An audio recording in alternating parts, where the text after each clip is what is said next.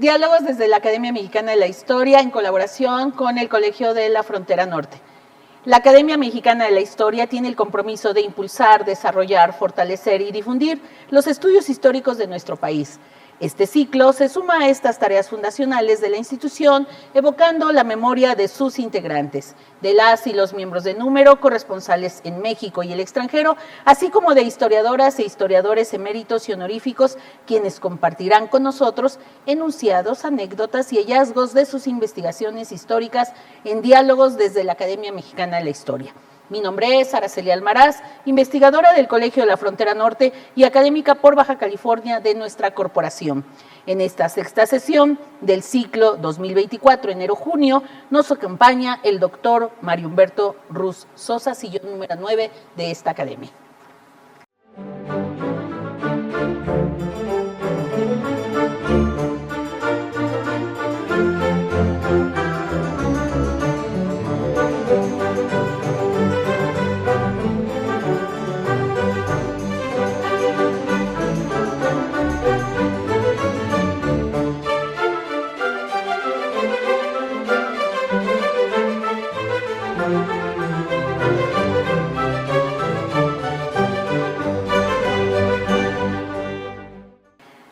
Doctor Mario Humberto Ruz, qué gusto poder estar contigo ahora sí de manera presencial en este espacio de recuperación de la memoria de las y los integrantes de esta Academia Mexicana de la Historia.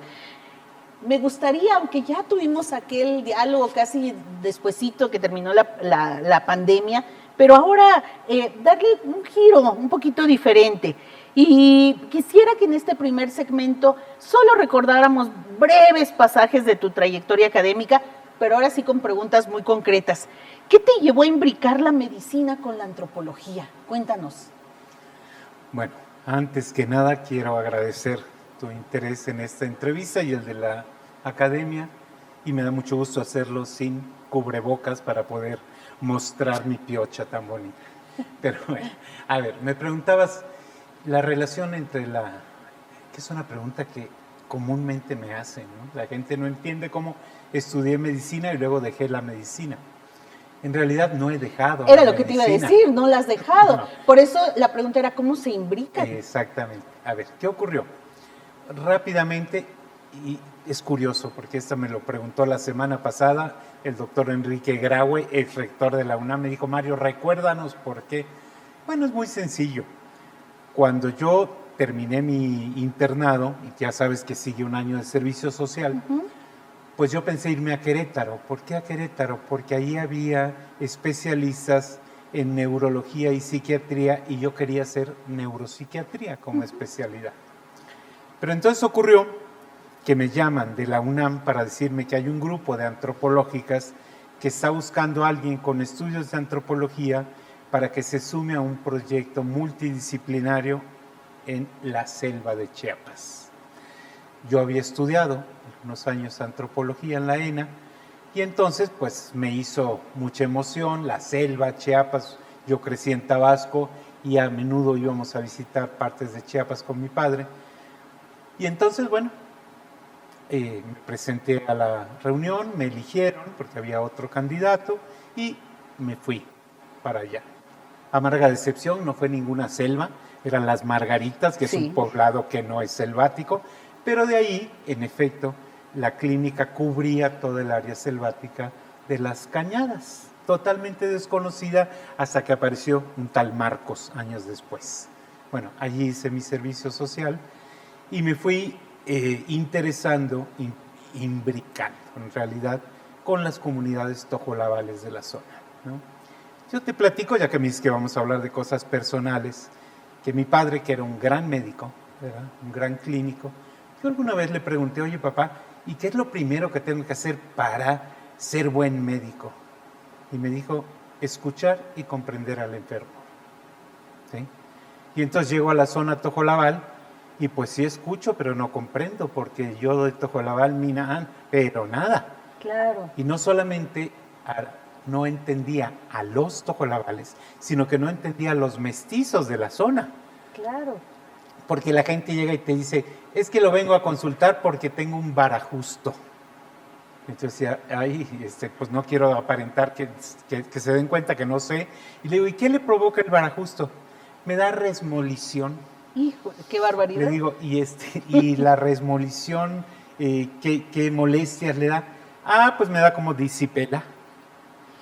Entonces dije, no entiendo nada. Claro. Claro, y luego llegan los tojolabales, ¿verdad? Hablándome 3/4 partes en tojolabal, pues menos entendía. Entonces me di cuenta, Ara, que tenía que, como dijo mi padre, entender al enfermo y dije, necesito estudiar algo más que medicina. Pero fíjate qué bonito, porque ahorita empiezo a entender y espero que quien nos está siguiendo lo entienda perfectamente. Hay una línea familiar, esa impronta familiar a través de tu padre, que quizá por eso definiste también ser médico. Y luego la UNAM, no le dijiste a Graue, la UNAM tuvo la culpa justo de ese encuentro, porque si no yo no me voy a ese proyecto, pues no puedo visualizar, ¿no? Todo lo que estaba pasando, independientemente de que fueran las margaritas y no la selva. Sí. Y la otra cuestión, que también lo acabas de citar muy claramente, entender al otro. Y en ese entender al otro empezamos por cómo abrimos esos canales de comunicación. Exactamente. Y uno de esos canales más adelante va a ser la historia y el otro la lingüística. ¿Por qué? Porque tú te das cuenta, y perdón que voy sobre la medicina, pero fue tu pregunta, de que el binomio salud-enfermedad no es el mismo entre los mestizos que entre los grupos indígenas. Claro. O sea, el concepto de salud es otra cosa y el de enfermedad es otra cosa, ¿no?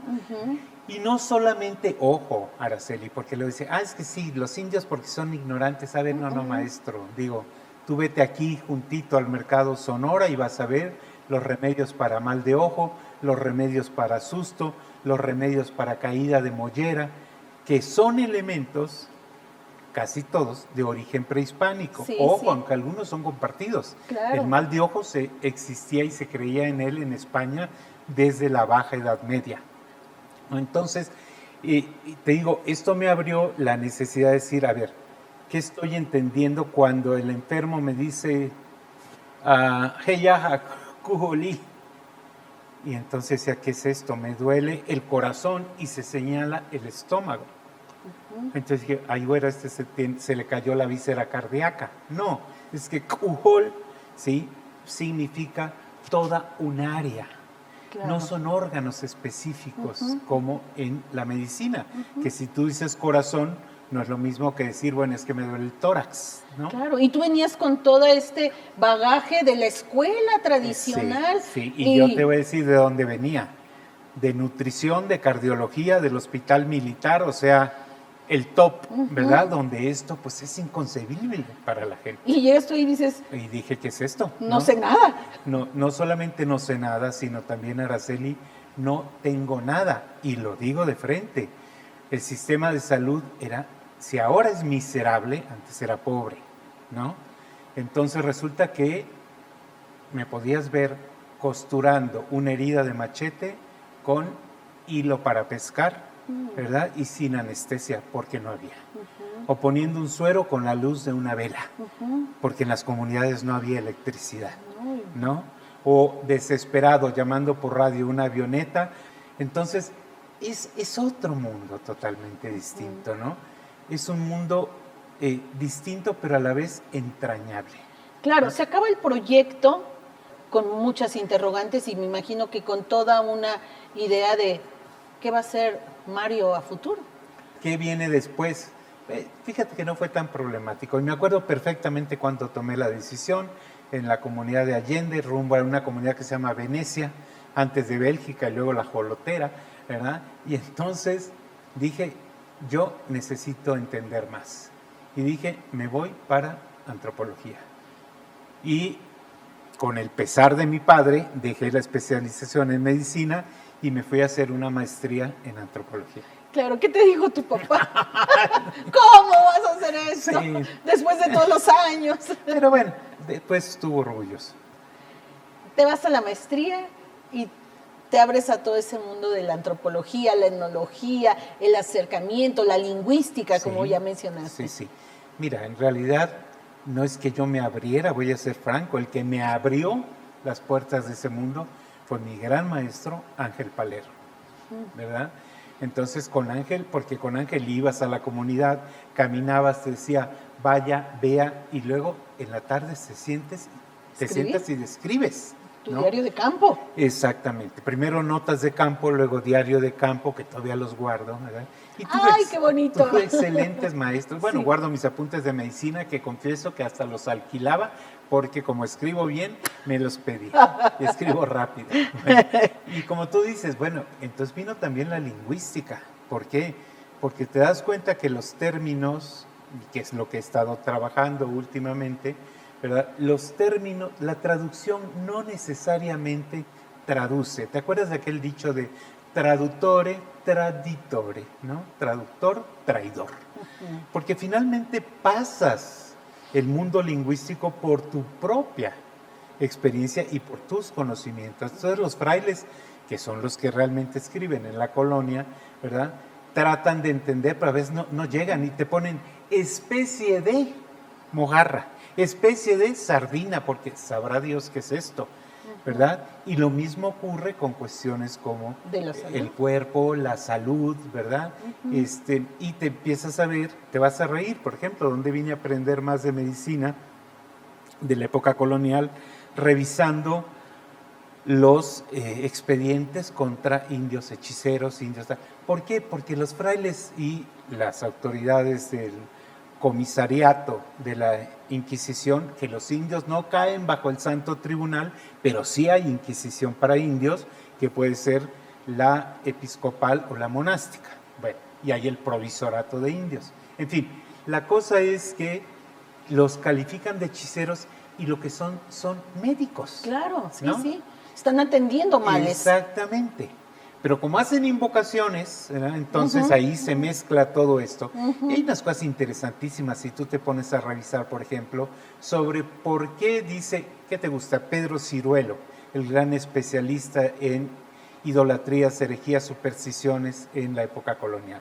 Y él dice, es que lo pueden hacer y pueden curar porque el diablo los asiste. Porque cuando los ángeles caen, ¿verdad? Los ángeles caídos, pierden la gracia divina, pero no pierden ni la memoria ni la inteligencia.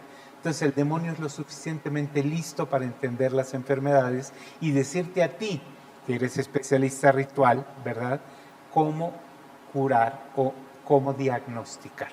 Claro, que además es toda una cosmovisión, es una filosofía, es una manera de comprensión del mundo, ¿no? Exactamente, sí. Ahora te digo, perdón, me voy a adelantar un poquito, pero justo estoy terminando un libro que ya me está sacando, no canas verdes porque ya no tengo, pero es un libro sobre religiosidad local en la época virreinal en Guatemala y Chiapas, ¿verdad? Y ahí lo que tienes es precisamente eso, que te digo, me aparecen en los expedientes los curanderos. Sí, y sobre todo las mujeres, que si son las mujeres las que ocupan ese rol, entonces automáticamente son brujas. Claro. ¿Verdad? Entonces te metes a todo el rollo de qué es la brujería, cómo es concebida, y te das cuenta, por ejemplo, de la confusión enorme que hay en la época virreinal, y no solamente entre el pueblo, entre los teólogos, obispos como Núñez de la Vega, que todo esto lo atribuyen a el nahualismo.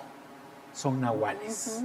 Porque se convierten en animales y de ahí se hace un merequetengue, un relajo absoluto hasta la actualidad, porque se confunde el nahual con la tona, que ya Aguirre Beltrán había dicho aguas, la tona es el animal compañero, es la coesencia animal o atmosférica, porque puedes tener como tona un rayo, un trueno, ¿verdad?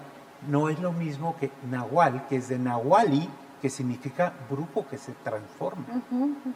Entonces, el uno es un estado temporal en el que te conviertes en animal y el otro es una situación permanente porque es tu coesencia a lo largo de toda tu vida. Y a lo largo de todas las necesidades que les impone la comunidad, ¿no? Exactamente. Tienen un papel dentro de la comunidad, por supuesto, además, ¿no? Y tienen un papel, Lara, que a veces se pueden heredar, porque entonces lo heredas junto con el conocimiento. Claro, son saberes que se están transmitiendo, ¿no? Exactamente. Entonces, ¿de qué estamos hablando? estamos hablando de memoria histórica. Claro, sí. Como cuando las danzas, o sea, tú ves, dice aquí va el monigote, el moro, el cristiano, y salta y va papá, y de repente empiezas a revisar y ves que en los parlamentos, por decirte de Guatemala, de las danzas de David contra Goliat, te empiezan a aparecer historias del Popol Vuh. O sea, los mayas siempre han sido lo suficientemente inteligentes para ir mezclando todo. Sí, sí, y por eso, alguien me dijo hace como unos 15 días, oye doctor, ¿y por qué en el norte no quedó casi gente y en el sur? Le dije, porque los del norte enfrentaron. ¿Sí? Sí. O sea, ¿por qué? Porque son además culturas que no son sedentarias. No, que se movieron. Que se mueven, bueno, tú lo sabes, ¿no? Mi región, los Quirigua, Paipai, y todo, exactamente. Y además se extienden hasta lo que es Estados Unidos ahora, Arizona, California, claro, sí. Esas fronteras porosas, ¿no? Bueno, que en realidad ni eran frontera en ese tiempo, ¿no? Así es, así Pero ahí tienes, por ejemplo, qué sé yo, todo el... a la larga fracaso de las misiones en el norte, porque no puedes hacer sedentario a quien no lo es. Claro, no, iban y regresaban y se ponían el calzón de manta y se iban y se lo quitaban, ¿no? Exactamente. Aquí te voy a decir, entre los mayas, la estrategia es otra, ¿no? Los curas están dale y dale y dale, con que la única historia permitida es la historia sagrada, ¿verdad? El providencialismo histórico y tal. Y entonces los mayas dicen, sí, así es. Está bien. Bueno, está bien, perfecto. Sí. Nosotros somos los hijos de Isaac, de Abraham y de Jacob. Y cuando nuestro padre, el profeta Balaam Kitse, sacó su bastón de mando y se paró frente al mar, abrió las aguas y ahí pasamos nosotros, los quiches, cachiqueles, utujires. Dice, esta es, pues ahí vamos. Claro. Pero no vamos en vagón de segunda, vamos en el de primera. Claro. Nada de que somos los descendientes de las tribus perdidas y podridas de Israel. No. Nosotros somos hijos de Abraham, Jacob, bla, bla, bla, bla. Vamos a retomar, si quieres, porque yo tengo un segmento específico para tus estudios sobre los mayas, que bueno, ya lo has comentado ahorita de manera breve, pero abundaremos. Quisiera culminar este segmento, nada más para que se den una idea quienes nos están escuchando. Ya te introdujiste la antropología, la lingüística, estás haciendo trabajo etnográfico y luego... sigues tus estudios de doctorado, te vas a París, te vas a la Escuela de Altos Estudios. Sí. ¿Qué vamos a hacer acá ya para refinar parte de tu preparación de posgrado? Bueno, a ver, entonces yo termino la maestría aquí, ¿verdad? Me voy a hacer mi tesis de maestría exactamente entre los tojolabales. Y déjame que te cuente una anécdota rapidita, pero para mí muy importante. ¿Sí? De que cuando yo terminé de hacer la tesis, doy servicios médicos en las comunidades y digo, a ver, yo les ofrezco esto, ustedes me ofrecen que cuando yo vaya a platicar, me platiquen. Ay, qué bonito el intercambio, eso es importantísimo. Y bueno, el día que hice una reunión, me acuerdo, en la comunidad de San Mateo, Veracruz, y les dije, bueno, pues fíjense que ya terminé, Oshawajcon, yo ya me voy, ¿verdad? Y entonces... uno de los ancianos levantó la mano y me dijo, ya está, se acabó. Y le dije, sí, ya terminamos, ¿no? Y me dijo, ajá. Y ese trabajo es el que nos dijiste que vas a escribir, donde vas a hablar de nosotros. Sí, eso es la tesis. Ajá, me dijo, está bien, me dijo Nicasio. Muy bien, doctor. Leksha, está bueno. Pero de aquí no te vas hasta que no nos leas lo que vas a decir de nosotros. Y tuve que leer el borrador de la tesis en distintas reuniones y la gente me iba diciendo, eso sí, eso no sé quién te lo dijo, pero ya no se hace, esto así. Es decir, fue un trabajo conjunto. Interesantísimo, ¿sí? ¿no? Poder hacer entonces, termino eso, salgo de ahí y me aparece la oportunidad de finalmente venir a París, como iba a ser cuando terminé medicina, pero ahora para trabajar en cuestiones de etnología. Entonces conocí a alguien que trabajaba en Guatemala, Jesús García Ruiz, que era asistente, trabajaba con Jacques Sustel, ¿verdad? ¿Te acuerdas? El que trabajó la Candones. Y Sustel dijo, quiero dirigirle la tesis, se viene usted para acá. Entonces me fui. a París, hice un diplomado primero, un diplomado de estudios profundos que llaman, pues para que fuera como el propedéutico, y luego hice el doctorado en etnología en la Escuela de Altos Estudios. ¿Y la tesis ahí trató de...? No, ¿o lo dejamos para la siguiente? No, rapidito. Te digo la tesis porque fue rapidísimo. Sí. Yo estaba haciendo mi tesis sobre un estudio comparativo entre tipos de matrimonio, ¿verdad? Porque me interesaba la cuestión del parentesco gracias a los estudios lingüísticos, y de repente Sustel me llamó, estaba yo aquí en México, y me dijo: Rus, me da mucha pena, pero ya salió mi jubilación, me jubilo en 6 meses, tiene usted 6 meses para acabar la tesis. Le dije: doctor, no puedo, estoy comparando 24 grupos mayas. Sí, me dijo: puede. pues cambie de tema. Y cambié de tema. Y entonces me puse a trabajar algo que yo había estado trabajando, perdón por la repetición, en la Biblioteca Nacional con diccionarios antiguos. Porque yo no me fui becado a París, yo trabajaba para la UNAM, sí, y con eso mantenía mi doctorado. Entonces, entre las cosas que trabajaba un diccionario en celtal de 1560, del pueblo celtal más importante de Chiapas al momento del contacto. Y entonces agarré ese gran diccionario y dije: no hay ninguna historia de ese pueblo. Dije: pues la reconstruyo con el diccionario. Claro. Y así fue como... Y ahí apareció un libro que se llama, por ahí lo tienes, es este exactamente, que se llama Copanahuastla en un espejo, en el espejo del diccionario. Mira, qué situación, qué aprietos, pero bueno, me imagino que no dejaste lo del parentesco. Bueno, no me imagino, no lo dejaste porque lo vemos en tu obra. Vamos a irnos al siguiente segmento ya con los mayas. Vamos a hacer un pequeño corte, ¿te parece?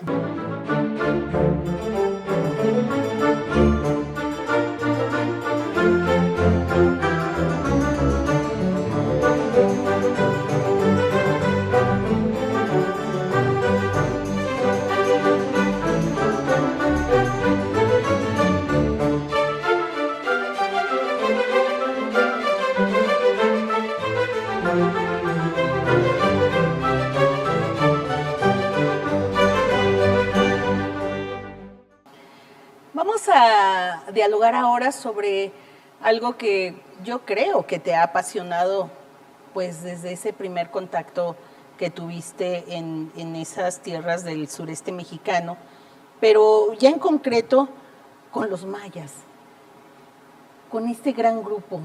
¿Cómo se da ese, no el acercamiento, porque ese puede ser un momento, una situación? No, yo quisiera escuchar a Mario Humberto Rus que nos hiciera como un breve recuento de cómo te fuiste involucrando con tus comunidades a partir de estos intercambios, por supuesto, y de este dar y recibir. Tuviste que aprender muchas cosas y te fuiste involucrando. ¿Cómo se da este proceso en la vida del investigador Mario Humberto Rus? Bueno, de entrada te digo que yo no me fui involucrando. Prácticamente nací allí. O sea, yo en el consultorio de mi padre oía a los chontales, ¿sí? Los yocotanó, que se llaman ahora, de Tabasco, ¿verdad? Uh-huh. Entonces, mi padre daba consulta ya a grupos indígenas y llegó a ser tan afamado que venía gente desde Guatemala a consultarle, subiendo por Tenosique y toda esta zona. O sea, que el mundo maya estaba a mi alrededor. En tu vida desde siempre. Nosotros vivíamos a las afueras de Comalcalco, que en aquel tiempo era una isla todavía, con los dos brazos del río que se secó en el siglo XVIII, ¿verdad? Lo cegaron para que no entraran los piratas, y que va a desembocar a un lugar que quizás te suene, que se llama Dos Bocas, ¿verdad? Entonces yo crecí allí y, te digo, la casa estaba afuera y en la puerta y en la ventana de mi casa yo veía venir a los chontales que se paraban enfrente de la casa, que eran unos cacautales gigantescos, y se aseaban los pies, se ponían los zapatos para llegar al pueblo de Comalcalco, para las fiestas, sobre todo para los domingos. Entonces crecí en ese mundo, Ara, ¿no? Es decir, ojo, y soy de familia yucateca, Y en las vacaciones entonces iba a la casa de mis abuelos, ¿verdad? Y entonces escuchaba al servicio y a la gente que los apoyaba que me hablaban en maya, ¿no? Entonces, me acuerdo perfectamente que salía la señora Paula gritando cuando "Ejecútalo, coja, chule", ¿sí? Ahí viene la lluvia, se van a mojar, ¿no? Entonces, ojo, quieras que no, hasta el oído se te va a acostumbrar, claro. Sí, ¿no? A este tipo de cosas. Entonces, bueno, luego me dices, ¿y cómo fue que te involucraste? Yo creo que ahí no fue un involucramiento. El término exacto fue un enamoramiento, ¿no? Es decir,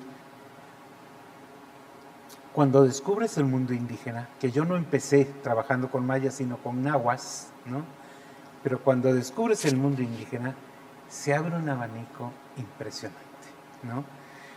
De muchas cosas, de saberes, de conocimientos, de prácticas, ¿no? Incluso de tristezas, porque la situación es por lo común pobre, y de ahí, si no es pobre, pasa miserable, ¿verdad? Digo, trabajo en comunidades que te gusta, yo trabajé en cuestiones de Costa Rica, en el sur de Guatemala, y te das cuenta de la pobreza, la necesidad, ¿verdad? Pero al mismo tiempo también de esa relación gozosa que los mayas tienen con la vida, ¿no? Porque estamos acostumbrados a verlo, sí, pues sí, que te gusta, reclamando, haciendo, diciendo, pero los mayas no se sienten víctimas, ¿no? Es decir, es gente consciente de su grandeza. Recuerdo mucho algún trabajo de campo con mis alumnos de Yucatán, que fuimos a alguna comunidad ahí, y entonces, pues, una de las muchachas le dijo, señora, y ya que estamos hablando así con confianza,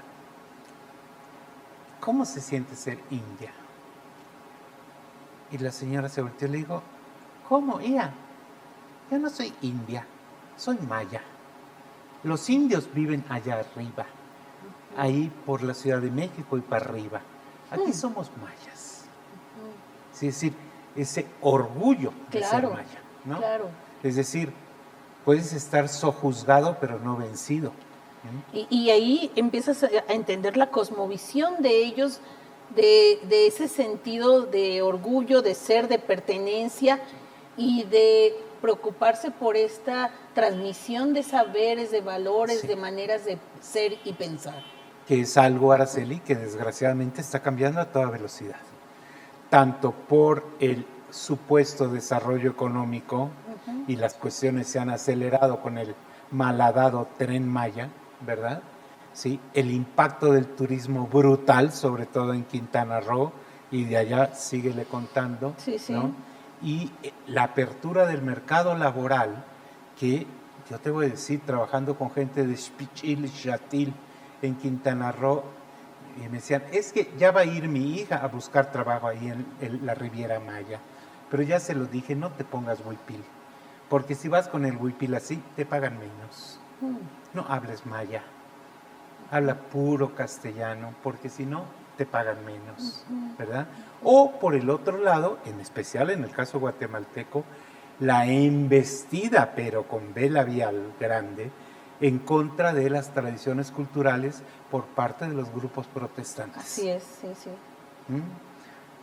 Y digo, eso desde el punto de vista que te gusta, cultural y demás, pero vete más, si quieres aterrizar, pues vete a la embestida contra el medio ambiente y las propiedades de los mayas por parte de los menonitas en Campeche. ¿Sí? Es decir, al mismo tiempo dices, ok, es el orgullo de ser, pero las ventajas de ocultar. Para sobrevivir. Exactamente. Entonces, el mecanismo de sobrevivencia a veces tiene que ser la negación. O el encubrimiento, o el saber cómo camuflajear, ¿no? Exactamente. Como diría la sabiduría popular, que sepa el burro dónde se unta, ¿verdad? Porque frente a este sí puedo, frente a este otro mejor no. Así ¿Okay? es. Y en ese espacio donde tú estás viendo todo esto y lo estás tratando de entender, empiezas a escribir y empiezan a salir documentos y empiezas a formar también a otros antropólogos, etnólogos, jóvenes interesados. Y sumado todo esto ya en varias décadas, ¿qué nos deja el trabajo de Mario Humberto Rus sobre estas comunidades, sobre los mayas en específico y su cosmovisión? Bueno, voy a empezar con una aseveración muy egoísta, pero no sé qué les deje a ustedes, pero a mí me ha dejado una profunda satisfacción, ¿verdad? Que es el hecho, primero, de conocer, ¿no? Es decir, el poder entender cosas que al principio no entendía. Y ahora más o menos vislumbro por dónde van. No te digo que poseo el conocimiento, porque tú lo sabes, eso es una tarea inacabada. Pero si me preguntas qué ha dejado, bueno, pues yo creo que un poquito mi obra escrita, ¿no? Claro. Que se puede, pues puedes leer. Aquí tienes algunos, veo de tus que pusieron aquí supongo que van a regalar al después. Vamos a venderlos bueno, a quien esté interesado. No, y a ver, aquí sí hago un paréntesis y va a sonar a comercial, pero quien esté interesado en la obra de Mario Humberto Rus puede venir a la Academia Mexicana de la Historia, aquí en Plaza Carlos Pacheco 22, y consultar. Porque muchos de estos libros quizá ya no estén a la venta, no. Y en acervos de la UNAM puede ser, pero a lo mejor un poco dispersos. Pero aquí tenemos una parte de la obra extensa tuya. Y que justo tiene que ver, sí, la pregunta te la hacía con toda intención de que te ubicaras en esta producción, y por eso la hice. Entonces te platico un poquito cómo veo yo, si tuviera que abrir el abanico de la obra. Bueno, tienes primero la obra etnográfica, que ahí estoy viendo que tienes 4 volúmenes de los legítimos hombres, ¿no? Que son las aproximaciones a los tojolabales mías y con otros compañeros. Ahí está mi tesis de maestría, que es el número 2, ¿verdad? Que era un grupo prácticamente desconocido. Y nosotros hicimos las primeras. Hay más que estos, ¿verdad? Están otros sobre mitos, sobre leyendas, sobre la historia de los peones en las fincas, que trabajamos con los viejos para acompañar un libro de historia sobre las fincas, ¿no? Entonces, los testimonios de los ancianos. ¡Ay, la inmersión! ¿Cómo fue? Cuéntame. Bueno, te digo, entonces, tenemos la parte etnográfica.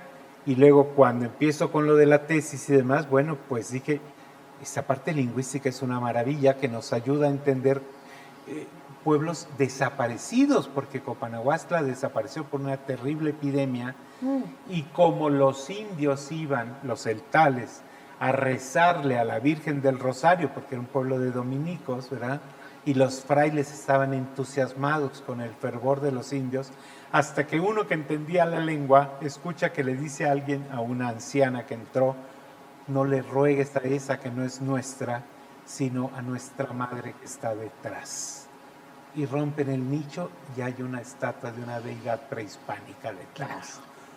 ¿Verdad? Entonces dices, a ver, entonces cómo esta gente, que es maravilloso el diccionario, te dice, estas son formas de estar nopkinal shkabi, engranado con el mundo, ¿no? Entonces, cómo los mayas se van engranando en todos sentidos, incluso el religioso, ¿no? Bueno, entonces te digo, me pongo a trabajar lo de lingüística y de ahí me puse a recuperar diccionarios y vocabularios que se llaman, las artes que son las gramáticas, sermonarios y tal, y ya llevamos una colección de 12 lenguas distintas, ¿no? Lenguas mayances, porque te acuerdas que las lenguas mayas son una treintena todavía, sí. Aparte de las que desaparecieron, como el original lacandón, porque los lacandones que tenemos ahorita no son los lacandones originales, son algunos mayas yucatecos que bajaron desde Yucatán huyendo de la explotación española y se fueron a meter a Chiapas,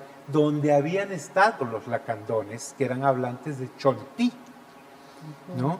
Y entonces, como no había nadie, pues ahí se instalaron en el despoblado, y siglos después los encuentran y dicen, ¡ay, aquí están los lacandones!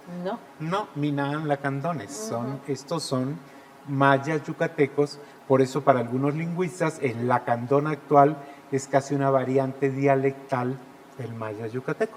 Pero bueno, entonces digo, me meto a la parte lingüística, que ha tenido buenos resultados, hay mucha gente muy interesada, ¿sí? Y luego pues sigo combinando la parte de historia, ¿verdad?, con la etnografía. Entonces, tienes por ahí, estoy viendo ¿verdad?, que es Sí. una nueva colección que son 24 volúmenes, vamos en el sexto apenas, que son las visitas pastorales de los obispos. ¿Te acuerdas que los obispos tienen obligación de visitar su diócesis una vez cada 5 años, ¿sí? O cada 10 en el caso de América, en algunas concesiones, pero si no pueden ir a explicarlo frente al Papa, entonces tienen que mandar un escrito, ¿sí? Y esas son las memorias de los obispos, ¿no? Entonces, eso afortunadamente todavía existe en el archivo arquidiocesano de Guatemala y nos autorizaron para reproducirlas y se están paleografiando, ¿no? Y ahí están las visitas pueblo por pueblo. Entonces tienes datos de demografía, de vida cotidiana, sobre la lengua, sobre la religiosidad, por supuesto, ¿no? Entonces eso, Araceli, me permite contrastar con situaciones actuales. Entonces puedes hacer un análisis un poquito más diacrónico. Claro, ¿no? y de procesos de larga data. Exactamente. Y un poco para encontrar precisamente rutas que no se han explorado o para desmitificar situaciones que muchas veces van reproduciendo malos entendidos. Exactamente. Históricamente, ¿no? Exactamente. A ver, ojo. Aquí lo que tienes de desventaja, por así decirlo, y por eso se llama Copanahuatl en un espejo, es que estás viendo un reflejo, no a la comunidad, porque no es la comunidad la que escribe, ¿no? Es el fraile, es el funcionario civil, es el cronista, es el viajero, ¿verdad? Porque también tenemos ese tipo de testimonios. Ojo, también hay escritos mayas. Por decirte, tenemos testamentos, tenemos ordenanzas de cofradía, tenemos memoriales y probanzas, Claro. ¿sí? Escritos en lenguas mayas. Otro tipo de triangulación. Exactamente. Sí, Exactamente. porque ahora, bueno, recientemente se habla mucho de triangulación, pero hacer triangulación para estos momentos, pues tiene su alto grado de dificultad, ¿no? Sí, sí, sí. Pero yo te preguntaba de la inmersión, porque me parece que estos acercamientos, sobre todo, por ejemplo, con la gente mayor o con los que tienen un rango muy alto dentro de las jerarquías de las comunidades, ¿cómo se da ese acercamiento? Digo, tú eres una persona de fácil, creo yo, encuentro. O sea, te puedes encontrar fácil con la gente, con la gente con la que estás teniendo algún tipo de interlocución. Pero suelen ser las personas mayores y los de alta jerarquía un poco más difíciles. ¿Cómo te encuentras? ¿Cómo fueron esas inmersiones que te llevaron a rescatar esto que está en los libros? Bueno, yo creo que de entrada es importante la actitud, ¿no? Una actitud de respeto, una actitud, perdón que lo diga, yo que soy muy soberbio, es una actitud de humildad también, porque vas a aprender de la comunidad, ¿no? Y el trabajo con los mayores es una actitud de profundo respeto para con los mayores, ¿no? Para que te des una idea, en Tojolabal, por ejemplo, varían los saludos según la gente a la que quien se lo diriges. Un poco como los japoneses. ¿Qué tanto te agachas dependiendo de la jerarquía del que esté enfrente? ¿Verdad? Igual con los tojolabales, ¿no? Un adulto espera siempre que el joven que se acerca sea el primero que salude. Y el día que se hace la fiesta comunal, ¿verdad? El intercambio de regalos, uno va llevando regalos a sus banquiles, a sus mayores, y yo lo hacía. Yo iba con mis mayores llevando lo que marca la tradición para saludar, ¿no? Pero hay otra faceta que tampoco puedo soslayar y es el hecho de ser médico. Claro. ¿Sí? Tú sabes lo que se decía antiguamente en los pueblos, el cura, el maestro y el doctor. Sí. ¿Sí? Bueno, pues el hecho de ser médico y poder ofrecer algo a cambio, Ara, creo que también fue importante, ¿no? Yo tuve el enorme privilegio, porque fue un enorme privilegio, de que don Samuel García me llamara cuando fue, ¿te acuerdas de aquella terrible situación en Guatemala que se pasó la gente del lado mexicano? Sí. Entonces yo tuve a mi cargo en el área de Comalapa, que ahora violentísima Comalapa, frontera Comalapa, ¿verdad? Sí. 36 campamentos de refugiados, ¿no? Entonces, eso te permite también, te digo, el estar ahí atendiendo necesidades básicas, diarias, ¿no? Y cuando fue el levantamiento zapatista, pues también tuve la oportunidad de que me hablaran del INI, de Margaritas, para decir, venga a echar una mano porque no tenemos médico que entienda Tojolabal. Claro. ¿No? Entonces, la lengua también es importante. No que la hable, pero el que la comprendas es un enorme apoyo. Te volviste un poco parte de estas comunidades. ¿Cuáles fueron esos retos que fuiste superando? No digo día con día, o a lo mejor día con día, pero mes tras mes, en estos momentos de inmersión, y que finalmente te dejan satisfecho con el trabajo realizado hasta ahora. Bueno, te comentaba hace rato, ¿no? En parte, ¿cómo decirte? Un reto que nunca pude superar y fue la impotencia como médico para atender a la gente, ¿no? Porque yo te comenté, bueno, yo estudié en nutrición, estudié en cardiología, pues era el top en ese tiempo, y el hospital militar, que bueno, a los pobres soldados, si les decían arránquense las uñas una por una para que vean los internos, lo tenían que hacer. Entonces estaba acostumbrado a un lugar, ¿qué te gusta? Yo trabajé en una clínica, no doy los datos exactos, pero en una gran clínica del IMSS, donde las enfermeras se daban el lujo de vaciar las bolsas de suero y mandaban a pedir su Coca-Cola, ¿no? Y yo vivía en comunidades donde no tenía más que agua con un poquito de limón y sal para darle a la gente como suero, ¿no? O llegar el momento en que no tenía analgésicos y tenía que partir en dos las pastillas para dar. Y no es que vaya usted a comprar a la farmacia, No porque hay estábamos farmacia. a 17 horas de la farmacia más cercana, caminando, mi reina, caminando. Ahí entraron las carreteras después del levantamiento zapatista. Yo trabajé en la zona, te digo, de las Cañadas, rumbo hacia Laguna Miramar. Entonces, eso era selva, ¿no? Tuve también el privilegio de toparme con jaguares o con celtales, quetzales, perdón, que están ahí volando, ¿verdad? Entonces, o sea, yo eso que vi, como dice Amparo Ochoa, pues ya no existe, entonces ¿para qué volver? ¿No? Eso ya se acabó.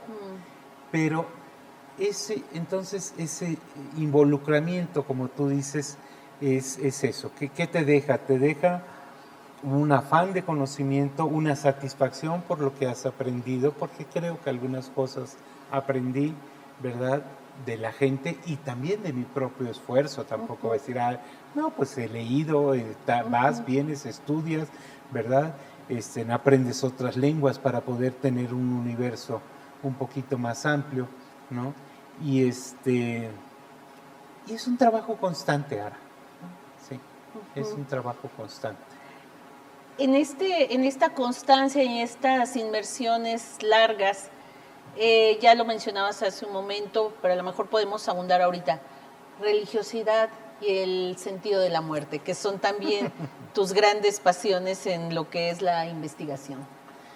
Bueno, sí, mira, mi gran pasión es la vida cotidiana, ¿no?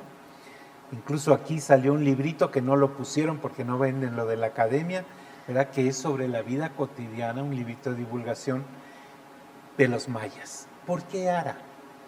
¿Por qué me dio por esto?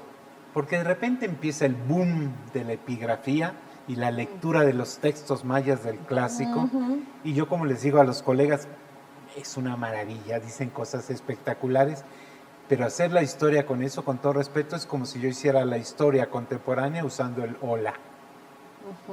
Porque ahí hablan de las élites, no de los más iguales fregados de abajo, que fueron los que hicieron las pirámides y los que se rompieron el lomo para que esos vivieran como vivían. Claro, es una síntesis y además de los pudientes, ¿no? Exactamente, por eso te digo, mi interés, entonces dije, la vida cotidiana del común de la gente. Y eso me aparece en los diccionarios, ¿no? Y puedo ver cómo se maquillan las mujeres, cómo se visten, qué olores usan, ¿verdad? Qué adornos se ponen, cuáles son los zapatos, cómo se le llama un andrajoso, ¿verdad? Que curiosamente en celtal, por ejemplo, es el mismo término para decir mendigo que para decir huérfano, ¿no? Entonces ves los sistemas de parentesco, ves la concepción del cuerpo humano, ves la enfermedad, ¿no? Claro. ves el día a día.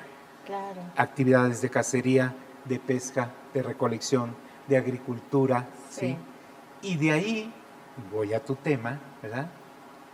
Lo poco que podemos ver en esos documentos de cosmovisión. ¿Por qué poco? No porque no hubiera, había ahí muchísimo, pero los frailes tenían prohibido hablar de eso. Hay una orden de Felipe II diciendo que se olviden esas antiguallas porque si no los indios regresan a sus costumbres. Claro. Entonces tú tienes a escritores, cronistas, historiadores como Remesal que dice, y yo tenía escrito ya un libro sobre los ídolos de los zoques y de la provincia de los Llanos, Comitán, pero que no lo pude dar a conocer por la orden de su majestad. Entonces eso está prohibido. Pero, ojo, te metes a expulgar dentro de la parte de la columna en lenguas indígenas y empiezas a jalar los hilos y dices, ay, aquí está, ¿no? Y empiezas a jalar cosas. O revisas un sermonario celtal del siglo XVII y de repente dices, vas viendo un sermón sobre el infierno en celtal, ¿verdad?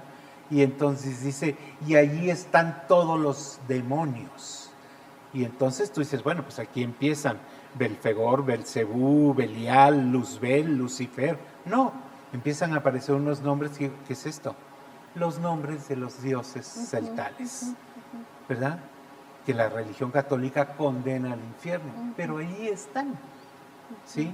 O en el caso de los mayas yucatecos, que el oidor López Medel o García de Palacios te dice, es que en los pueblos están llenos de quisines. ¿Qué son los quisines? Quisin es el nombre de una deidad del inframundo, que quiere decir el que se avienta, el pedorro, ¿verdad? Porque por el mal olor que se supone que hay en el inframundo.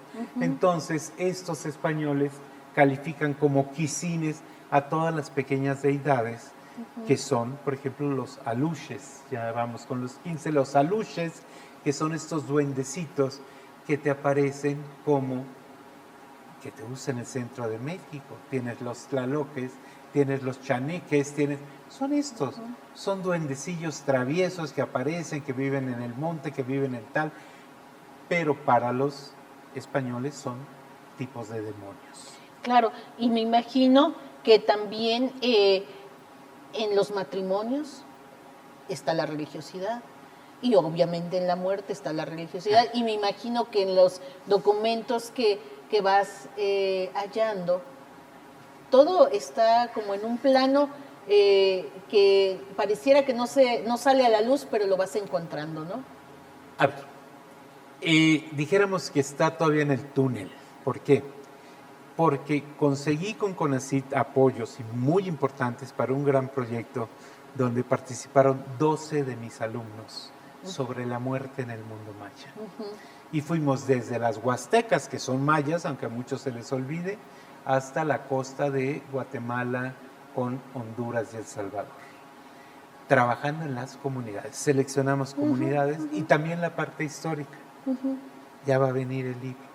Han salido pequeños artículos, pero falta el gran libro sobre la muerte, que como tú dices, a ver, es parte, ojo, no es la culminación de la vida, como diríamos nosotros, sino para los mayas es el inicio de otro ciclo. Otro ciclo, claro. Exactamente, del que puedes volver.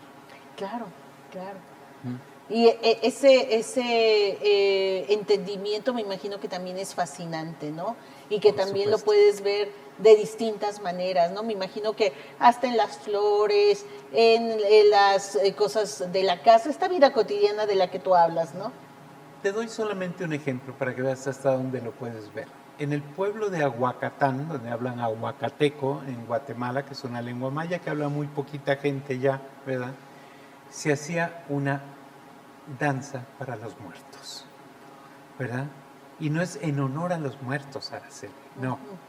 Es que tú te vuelves a poner la ropa y las máscaras que utilizaban tus antepasados, que tienen su nombre escrito detrás, y los invitas, y están las oraciones en ahuacateco, para que salgan del inframundo y vengan a bailar.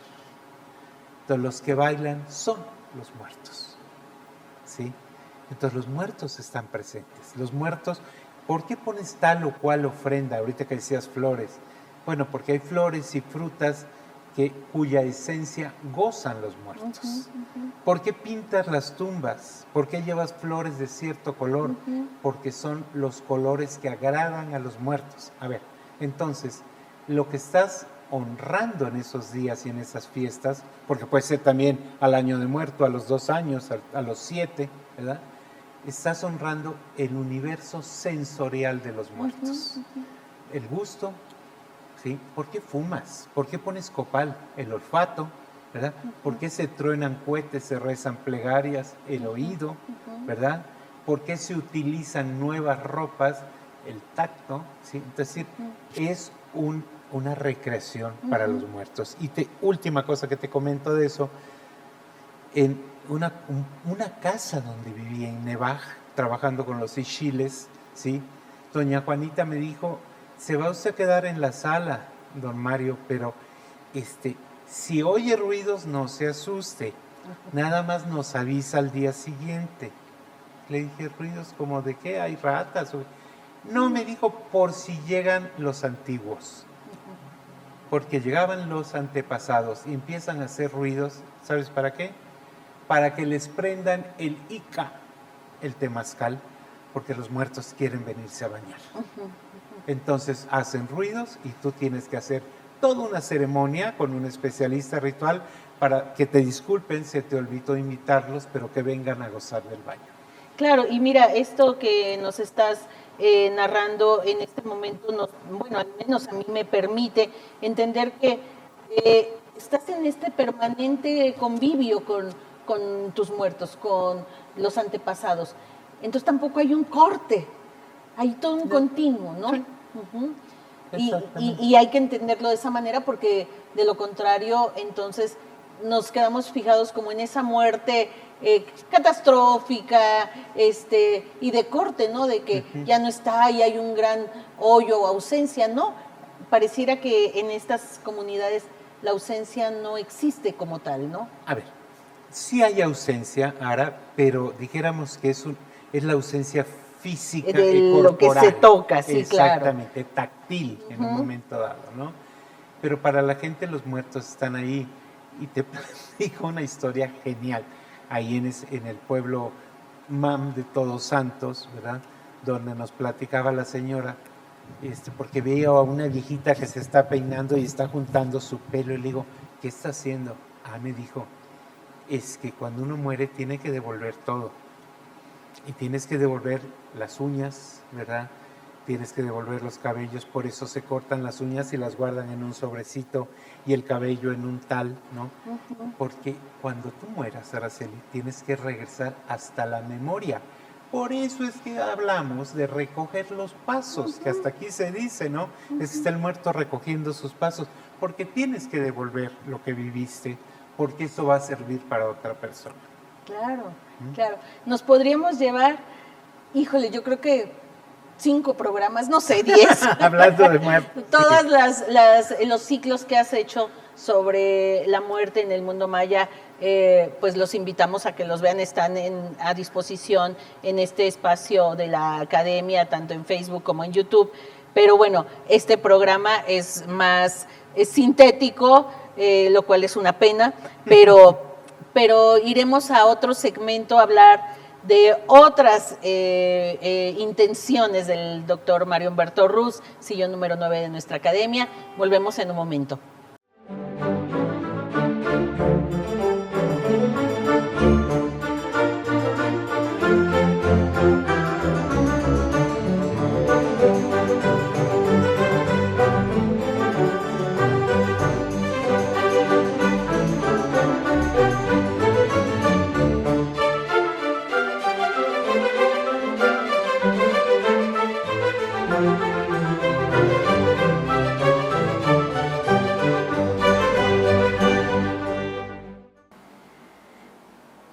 Decía que nos podemos estar, yo decía que varios programas, varios días, yo creo. De hecho, mira, se me quedan en el tintero toda la discusión sobre la sexualidad, sobre la fertilidad, pero otras cosas muy importantes en esta vida cotidiana, el juego, la poesía, los cantos, que todo esto que le da sentido a las comunidades, ¿no? Ahí si quieres hacer un brevísimo, muy brevísimo comentario, Sí, ¿no? cómo no. Bueno, eso tiene que ver un poco con lo que te comentaba hace rato, de que me parece que muy a menudo nuestra forma de llamar la atención sobre el mundo indígena, no solo mesoamericano, sino el norte incluido, ¿verdad? Aridoamérica y Oasis América y demás, es irse por la parte de la victimización, ¿no? Siendo que hay siempre sus resquicios para expresar el gozo, ¿no? Y por ahí tienes una reflexión de Thomas Gage, que era este dominico inglés que luego terminó abjurando de la religión católica y viniendo con algunos corsarios y se apoderaron de Jamaica. Bueno, ok. Él estuvo en Chiapas y Guatemala y decía que después de atravesar desde México hasta Guatemala, se pudo dar cuenta de que los indígenas, pese a estar oprimidos, explotados, en condiciones de miseria, ¿sí?, siempre tenían espacios para expresar el gozo, ¿no? Entonces, por eso es que ves que hago también trabajos sobre danzas, sobre canto, sobre la música en el mundo maya, ¿verdad? Y sobre la sexualidad, la fertilidad, ¿no?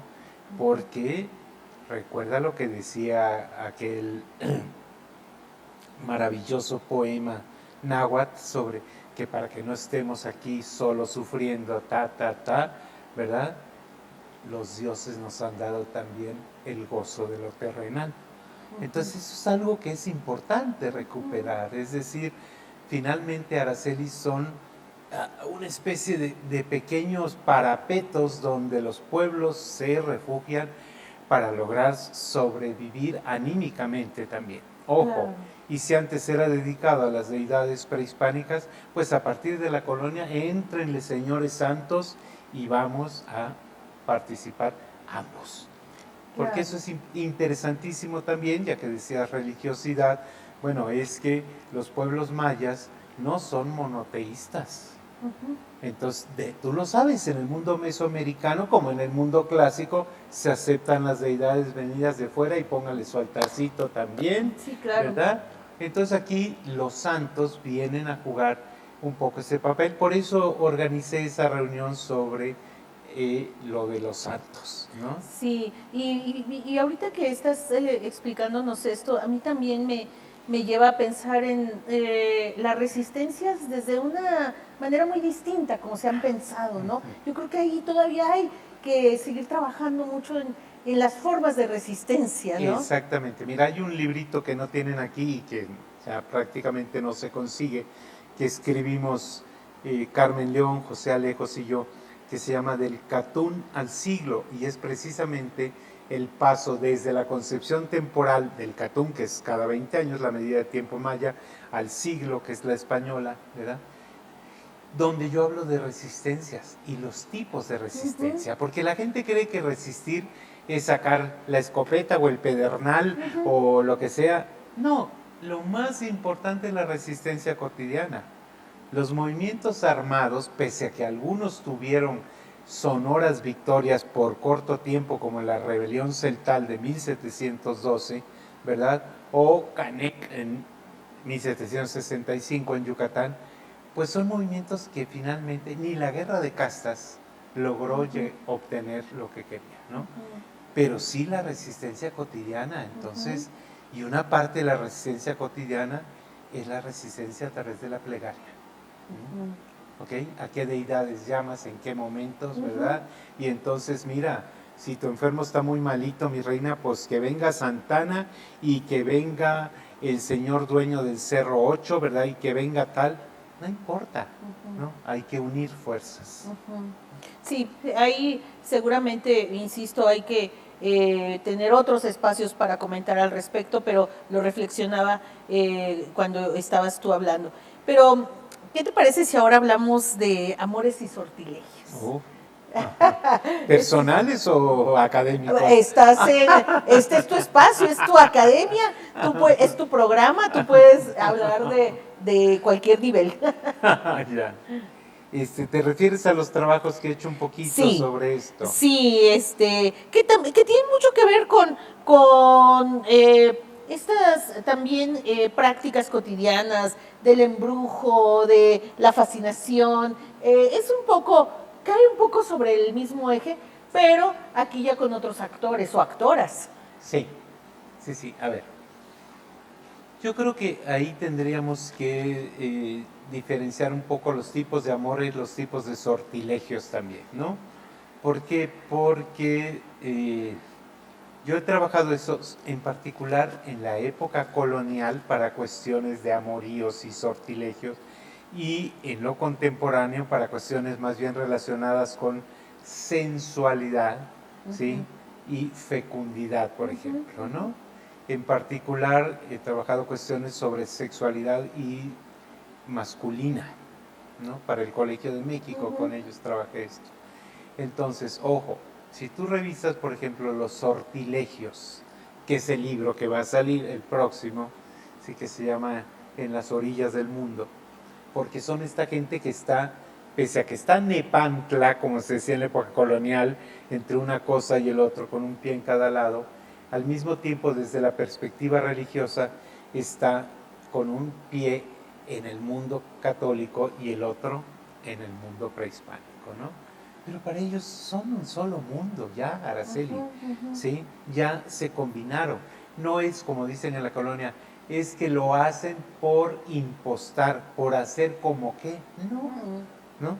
Hay un expediente maravilloso que trabajé sobre Comalapa, donde dicen que era costumbre de los especialistas rituales, los médicos, ir a poner velas a los santos en la iglesia, y que cuando terminaban de hacer toda la oración, se levantaba el curandero y decía, y perdone usted un poco, Dios, pero me voy un ratito para ponerle su vela también a aquel de antiguo.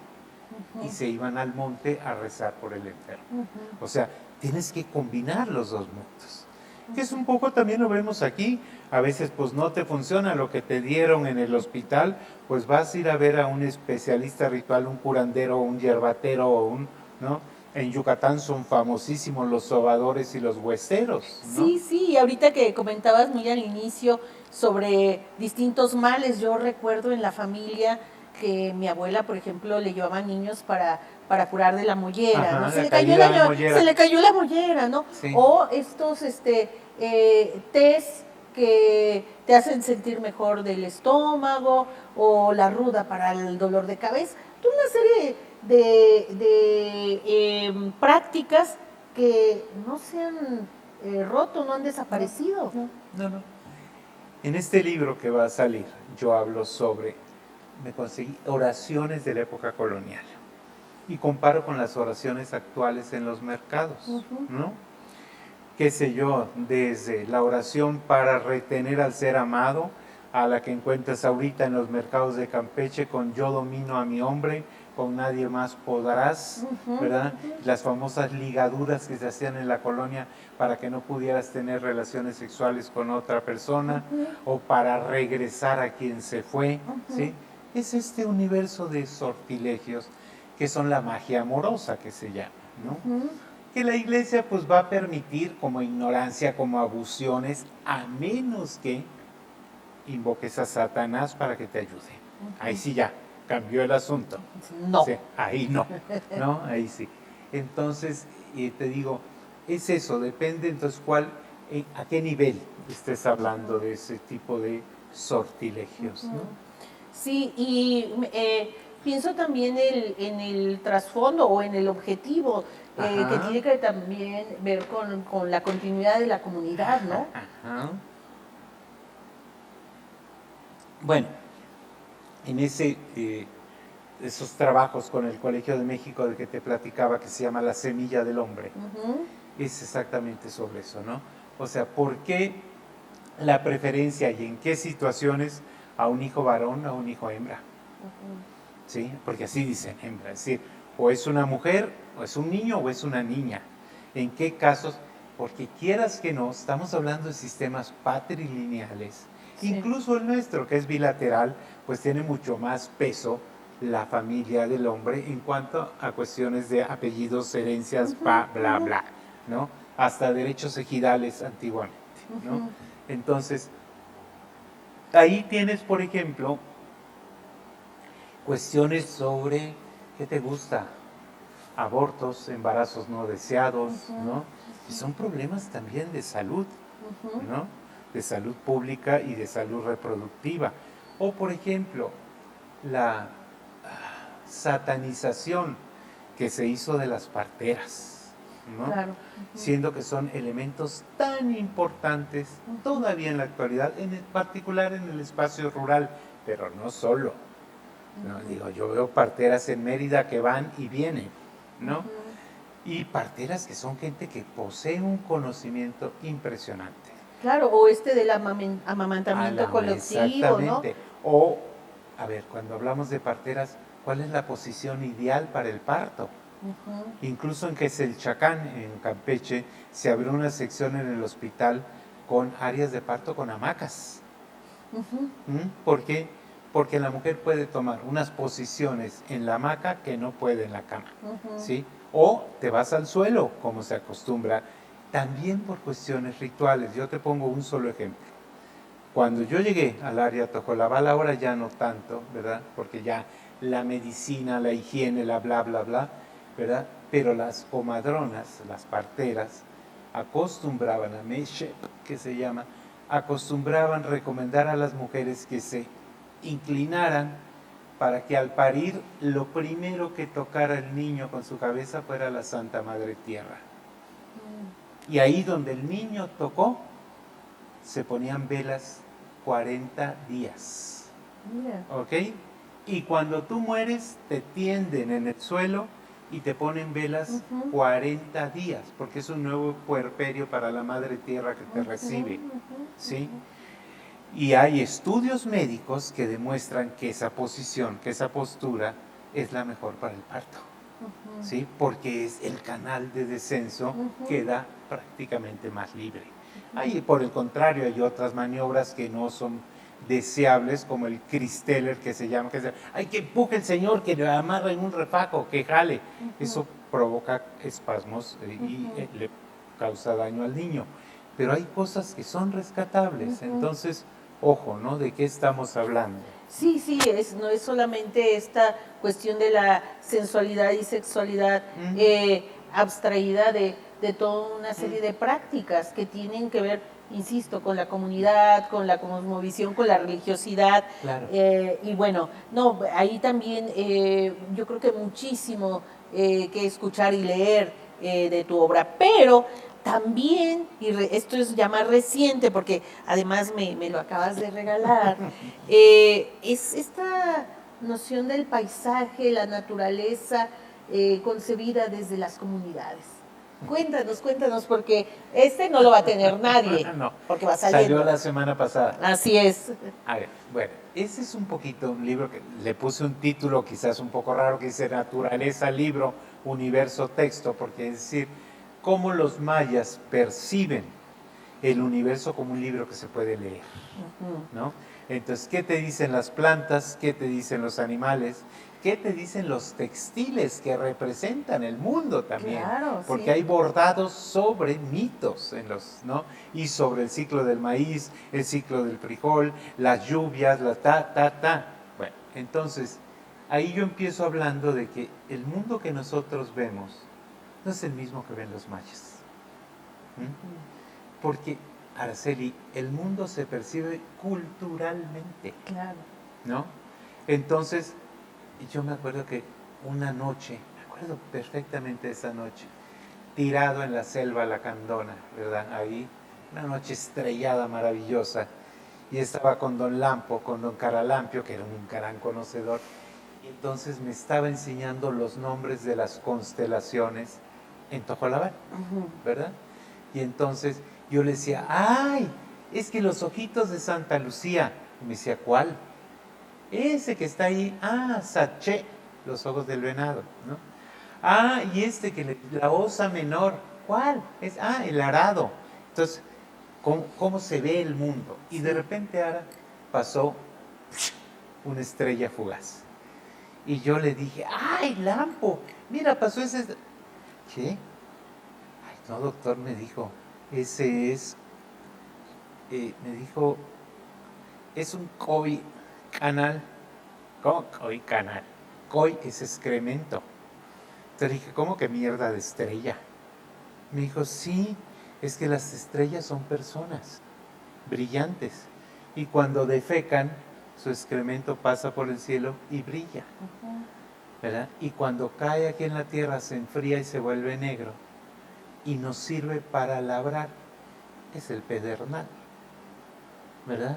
Entonces, el mundo está poblado por otros seres que nosotros no vemos, ¿no? Claro, sí. Serpientes con crines, ¿no? Está ahí una maravillosa serpiente canícula en Yucatán, que pues los españoles hablaban de que llegó la canícula. Sí, sí. Can es serpiente en maya, ¿verdad? Entonces, ¿cómo se reinterpreta la serpiente en maya? ¿sí? Claro. Entonces, por eso digo que aunque tengamos las mismas retinas, los conos y los bastones que tenemos, perciben el mundo de manera distinta.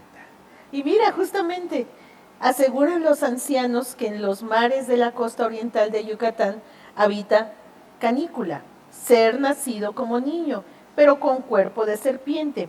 De ahí se colige, procede su nombre, pues Can significa serpiente en maya peninsular, que fue regalado por su madre al diablo. Claro, entonces lo condenan a vivir en el mar, ¿sí? Y el niño quiere subir al cielo, quiere ir a jugar como todos los niños, porque en la cosmovisión maya los relámpagos cuando se están moviendo son niños que están jugando, entonces él quiere ir a jugar, pero está condenado porque es hijo del diablo y entonces hace tormentones, se sube el agua, Sí. ¿verdad? Y es época en que mueren niños porque él está molesto porque no lo dejan. Claro, es una forma de explicar entonces las enfermedades propias de la infancia. Claro. ¿Ok? Y así llegamos también a la poesía. La poesía es un arma cargada de futuro.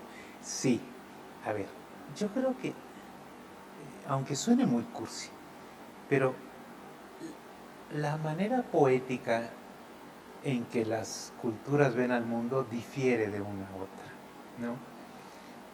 Y no me voy a ir hasta los mayas, ¿no? Pero si tú comparas, por ejemplo, ojo, el español clásico con el inglés de los Estados Unidos, pues la forma poética de ver al mundo es más palpable en el castellano. No estoy hablando del inglés de la época isabelina, que también es otra cosa, ¿no? Es decir, entonces, ¿cómo expresamos al mundo, ¿sí? Incluso a través del lenguaje? Porque el lenguaje te revela el mundo en el que habitas. Y yo te voy a decir, por ejemplo, en Celtal me pongo a revisar las distintas maneras, hice un trabajo sobre los ruidos en el mundo celtal, ¿no? Y ahí de repente te encuentras con Sansanet, ruido del agua que corre sin hacer ruido. Es decir, llegamos a esos niveles, pues dime que eso no es poético. Claro. El sonido del agua que corre sin hacer sonidos, ¿no? ¿Ok? Entonces es eso, es la manera de ver, de observar el mundo, ¿no? Que tiene, no digo que sea más o menos rica, pero en apariencia puede ser más o menos poética en los distintos idiomas. Yo comparo el náhuatl con las lenguas mayas y me parece que es mucho más, un poquito más poético, que son más poéticas las lenguas mayas. Sí, sí. Los náhuatl son muy descriptivos, que es una lengua maravillosa, pero tuve, por ejemplo, los topónimos, ¿no? Sí, que en náhuatl te describen, ¿no? Sí, los sonidos. Sí. Huehuetenango, ¿no? Lugar donde hay ancianos, ¿no? De huevo. Mientras que tú ves en maya que te dice el nombre de Comitán, Balún Canán, 9 guardianes. Son los 9 cerros que circundan a Comitán. Luego la gente dice, hay 9 estrellas. No, no es Canal, es Canán. Canán es el guardián, ¿no? Entonces son los 9 guardianes. O tienes 3 Señor, 4 Ajau, ¿no? Es decir, son una poesía que puedes todavía ver ahora en los pocos textos que llegaron a nosotros de la época prehispánica, como el ritual de los bacabes, ¿sí? Que es un texto esotérico en lenguaje suyua, como se llama, que solo manejaban los nobles y los especialistas, o en los famosísimos cantares de Cid Balché, que es un pueblito de Campeche, y de repente tienes un cantar para las mujeres jóvenes que van a ir acompañadas por una mujer mayor a bañarse en noches de luna en una poza de agua cristalina en la selva. Y lee ese poema, ¿no? Cuando dice, venid como llegasteis al mundo, quedaos desnudas, jóvenes vírgenes, y ellas escriben, aquí venimos con la flor del nenúfar, venimos con la, ¿qué te gusta? Con el asta de venado y el pedazo de tortuga. Entonces, ¿qué es esto? Son los carapachos de tortuga para tocar, era la música. Venimos con el cantador caracol. Pues sí, porque van a soplar en el caracol. Digo, es realmente, es un lenguaje poético, ¿no? Claro, sí. Y me quedo con estas capturas. Pero al final me quedo con la idea y espero no pecar de una mala interpretación, pero me parece que la gran obra de Mario Humberto Ruz es capturar los sentidos del hombre y sus representaciones. Están capturadas, no encapsuladas. Yeah. Me quedo yo con eso, en el sentido de esta captura. Pero al capturar es entenderla, sí. No es nada más simplemente describirla. Sí, yo creo que no sería tan soberbio decir que la capturo. Yo quizás utilizaría otro verbo, que es atisbar, ¿no? Nada más como que medio ves, te asomas en el parapeto y dices, ay, ¿qué está pasando aquí, no? Es como si estuvieras atalayando las cosas, ¿no? Si desde allá arriba lo ves y dices, mira, aquí está el panorama de los que están yendo de cacería de venado, aquí están los que están pescando, porque he trabajado con pescadores, ¿no? Y dices, es otro universo, ¿no? Claro. La gente ve el mundo cuando tú encuentras a un pescador que te gusta en el área de Tenosique o de Balancán y demás, cortando cierto tipo de frutas silvestres para poner en el anzuelo porque eso atrae a tal o cual pescado. Sí, sí. ¿No? Es decir, un profundo conocimiento del mundo, que es un mundo, Araceli, perdón, me voy a ver muy, muy trágico, pero que se nos está yendo de las manos. ¿Sí? Porque los jóvenes ya difícilmente lo ven así. Claro. ¿No? Entonces, ahí en ese librito que tienes en la mano, hay un capítulo sobre augurios. O sea, ¿qué nos dicen los pájaros cuando cantan y por qué es lo que cantan? ¿No? Es decir, es todo un universo de sonidos que nosotros ya no somos capaces de interpretar. A veces porque ya ni los oímos. Yo aquí en tu casa, en el Ajusco, gracias, yo vivía en medio de tecolotes y lechuzas. Y ahora, como ya se pobló todo y dejan sus malditos focos, porque además están colgados y no pagan luz, entonces dejan sus focos prendidas toda la noche fuera, ya no hay fauna nocturna, ¿no? Entonces, esos mundos se están perdiendo, ¿sí? Incluso el mundo de la oscuridad se nos va. Claro, porque si vemos esas imágenes sorprendentes de una noche en el globo terráqueo, donde está todo prendido, donde esa energía está concentrada para apagar todo lo demás, para dar luz a otras cosas y apagar nuestra esencia, ¿no? De alguna manera, ¿no? Así es. Pero nos queda la esperanza de tus trabajos y de tus discípulos o de la gente que ha venido acompañándote, de esa transmisión de saberes y de esa búsqueda de archivos y de esa búsqueda de información que no es fácil. Ahí está.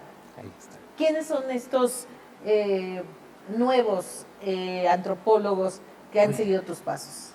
Uy, mira, no me gustaría mencionar nombres porque puedo dejar a varios fuera. Pero sí hay grupos de alumnos que tuve, sobre todo de la Universidad de Yucatán, de la UNAM, pero incluso tuve alumnos en Nueva York, algunos ya muy famosos ahorita, ¿verdad? O en Nanterre, en París, ¿no? Que yo creo que es gente que ha seguido interesada tanto en la parte de la lingüística histórica como de la etnografía y la historia, ¿no? Entonces, yo quizás no les transmití muchas herramientas, pero espero haberles transmitido al menos la pasión por el trabajo. Yo creo que sí, pero quiero yo cerrar este segmento no solamente para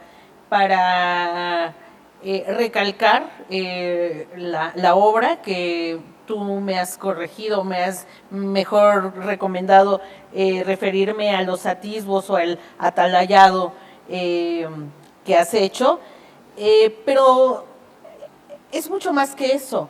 Se los comento, el doctor Mario Humberto Ros, más que un investigador, también ha hecho cosas interesantes en dejar espacios para seguir indagando, aprendiendo. Llevó a cabo la planeación del Diplomado de Estudios Mayas en la Universidad de Quintana Roo. También impulsó el Centro o Instituto de Estudios Indígenas de la Universidad Autónoma de Chiapas en San Cristóbal de las Casas. Fue director del Centro de Estudios Indígenas de la Universidad Autónoma de Chiapas. Coordinó también por algún momento el área de investigación y docencia del CIESAS. También coordinó el Centro de Estudios Mayas en la UNAM. También se hizo cargo de CIESAS Peninsular en un corto tiempo. También fue parte importante dentro de la Unidad Académica de Ciencias Sociales y Humanidades de la Universidad Autónoma de Chiapas y de la UNAM, luego convertida en Centro Peninsular en Humanidades y Ciencias Sociales. También dirigió la Unidad Académica de Ciencias Sociales y Humanidades. También dirigió el Centro Peninsular en Humanidades y Ciencias Sociales en Mérida, del cual ya había sido parte importante. También estuvo a cargo del Centro Estatal para la Capacitación, Investigación y Difusión de las Humanidades en Yucatán. Y también fue director del Instituto de Investigaciones Filológicas, el más grande de la UNAM, si no me equivoco. Entonces, no solamente es el trabajo en campo, esas inmersiones, esos proyectos conseguidos, esos grupos que han apoyado la investigación, esta obra que tenemos, sino también fuiste constructor de instituciones o impulsor de algunas de ellas. Ahí está el trabajo. No lo puedes negar, no, está ahí, y yo creo que con un gran fervor por hacer de esta región del suroeste un lugar importante para la indagación. Sí, mira, se dio la oportunidad y creo que intenté apoyar hasta donde pude, ¿verdad? No lo puedo negar porque ahí se quedó toda mi cabellera, maravillosa. Eran unos chinos, ¿verdad? Sí, preciosos, sí, así como los míos. Enormes chinos, sí, pero pues sí, ahí están esas instituciones, varias de ellas, prácticamente todas siguen. Sí, sí. Algunas han, incluso como tú decías, pasaron de ser centros a ser instituto, o la de Mérida pasó de ser unidad académica a cumplir sus próximos 20 años el día 20 de junio, ¿verdad? Y en el 2007 logramos que se convirtiera en el Centro Peninsular. Entonces sí ha habido allí, pero es porque ha habido gente detrás apoyando también. Sí, sin ¿no? duda, sin duda. Sin lugar a dudas, porque no nos hagamos tontos, si las autoridades no apoyan, no hay forma. Así es. Pero han sido espacios muy valiosos también para conformar grupos. Varios de mis alumnos están en ellos, ¿no? Ahora ya como investigadores, y de ahí salieron pues proyectos importantes de CONACYT. Hay otro del que no he hablado, porque ahí está, que espero sacar pronto, que es sobre biodiversidad en Yucatán contemporáneo, ¿verdad? Que hicimos un trabajo con alumnos de CEPSIS, ¿no? Y de la Universidad de Yucatán, que fueron mis alumnos, ¿no? Sí, ya estamos empezando con el último segmento sin quererlo, sin darnos cuenta ya estamos hablando de las satisfacciones, pero ¿te parece que lo dejemos esto para el gran cierre? Adelante.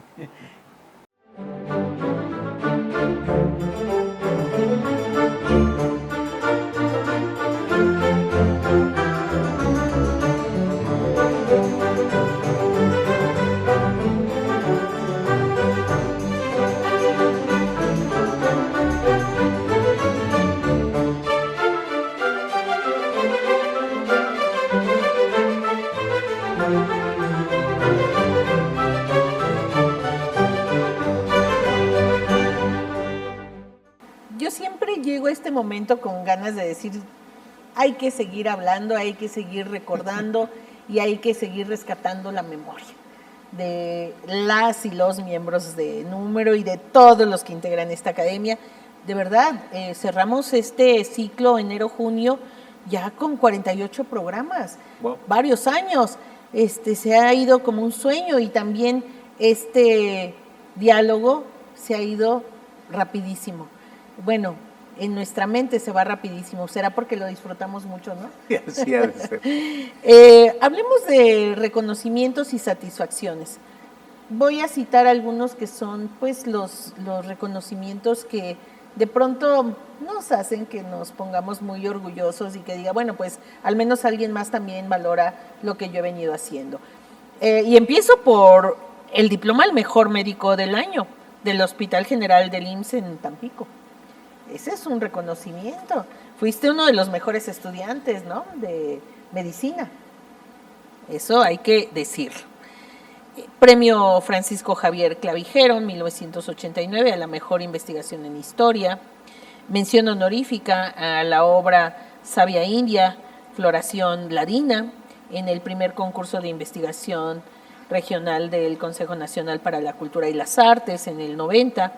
Premio a la investigación en ciencias sociales de jóvenes académicos de la Academia de la Investigación Científica, hoy Academia Mexicana de Ciencias.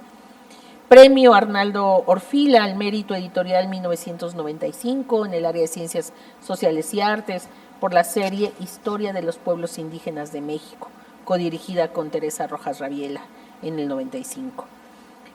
Miembro del Sistema Nacional de Investigadores desde el 86 y ahora desde hace un par de años emérito. Premio Chiapas en Ciencias por parte del gobierno del estado de Chiapas. Te dieron el Cuchimán y en Tabasco y el último reconocimiento por parte de tu casa de estudios, la UNAM, el premio como profesor emérito. Una larga lista de reconocimientos. Ingresaste a la Academia Mexicana de Ciencias en octubre del 99 y miembro del número de esta Academia Mexicana de la Historia desde 2015. Pero creo que además de esto debe de haber otras grandes satisfacciones en la vida de Mario Humberto Ruz. Sí, hay algunas, no lo niego. Mira, yo creo que el hecho de ver dónde están tus alumnos actualmente es una enorme satisfacción, ¿no? Tengo alumnos dirigiendo centros de investigación, tengo alumnos que son SNI 3, ¿ya? ¿No? Tengo alumnos que, pues, son reconocidos en España, en Francia, ¿no? Trabajan allí, y pues que he hecho grandes amigos a lo largo de todos estos años, grandes, colegas a los que respeto y que me han brindado su generosa amistad, algunos que ya no están, ¿verdad?, como mi querido Alfredo López Austin. Bueno, pues por supuesto mi gran maestro Ángel Paler y otros que afortunadamente viven, desde la Tere Rojas que estabas mencionando hace un momento, que es una queridísima amiga, hasta otros grandes colegas, ¿no?, tanto de la Ibero como de la propia UNAM en la actualidad, algunos ya jubilados, otros siguen trabajando. Pero yo creo, ahora, que a esos reconocimientos, que son mutuos además, ¿no?, o sea, son académicos, se les suman otros en la vida cotidiana, ¿no? O sea, yo tengo, en serio, grandes amigos entre los trabajadores administrativos de los lugares donde he ido pasando, amigos, no estimados ex empleados, no, seguimos siendo amigos y nos vemos continuamente, ¿no? Varios de ellos estuvieron en estos festejos por lo del emeritazgo que acabas de mencionar, que fue apenas hace unos días, ¿no? Y también amigos en las comunidades, ¿no? Sí.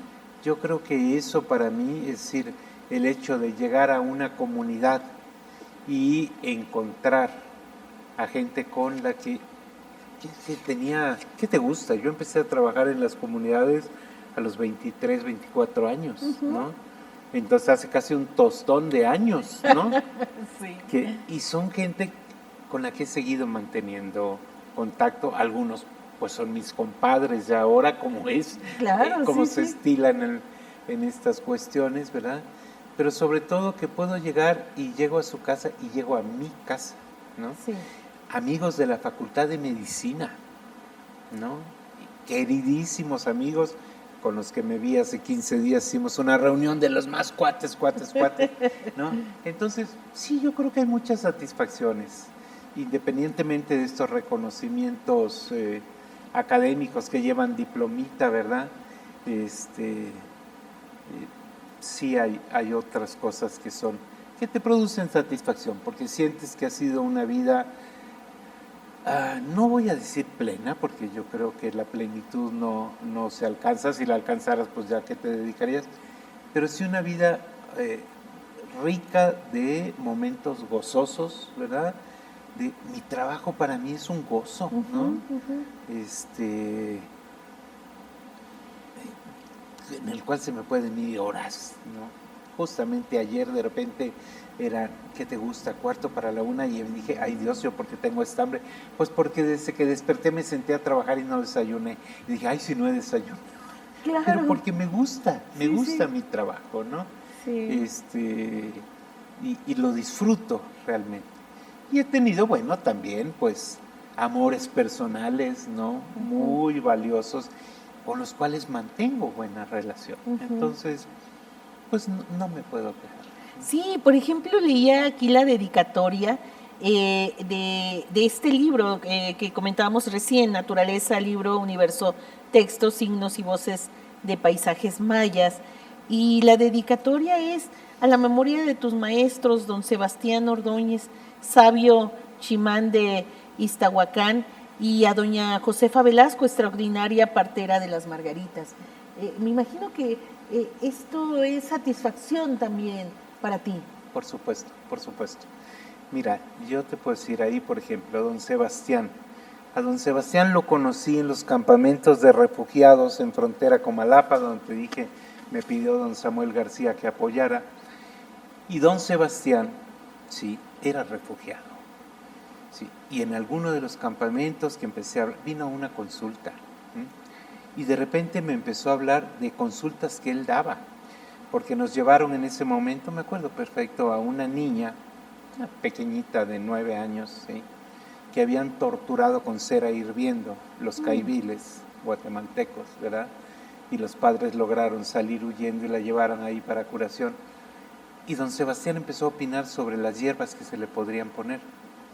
Y entonces empiezo a hablar con él y resulta que era un chimán, que es un especialista ritual y médico.